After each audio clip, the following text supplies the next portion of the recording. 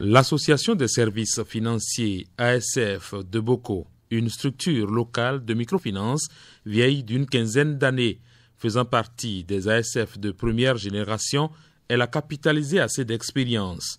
Aujourd'hui, à l'abri des travers préjudiciables à sa survie, elle continue cependant de faire l'objet d'attention de la part des partenaires qui l'appuient. Voir les résultats obtenus.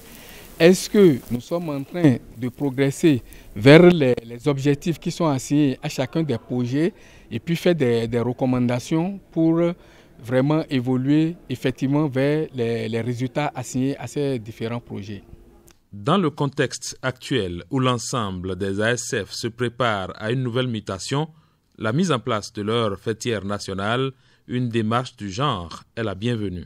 Nous avons d'abord bénéficié de beaucoup de conseils et nous avons eu aussi beaucoup d'engagement auprès de la part de nos hôtes qui nous ont promis beaucoup de réformes et beaucoup d'appui sur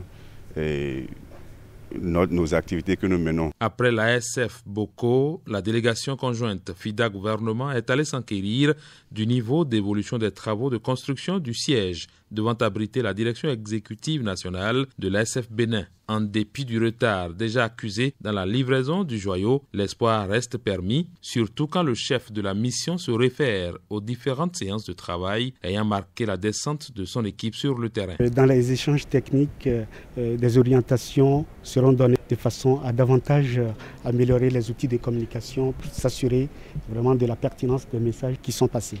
Mais avec ce que nous avons constaté sur le terrain, à l'heure actuelle, ça incite plutôt à l'optimisme. C'est dans cet état d'esprit que vont se poursuivre les échanges avec les différentes parties prenantes au projet que le FIDA appuie au Bénin.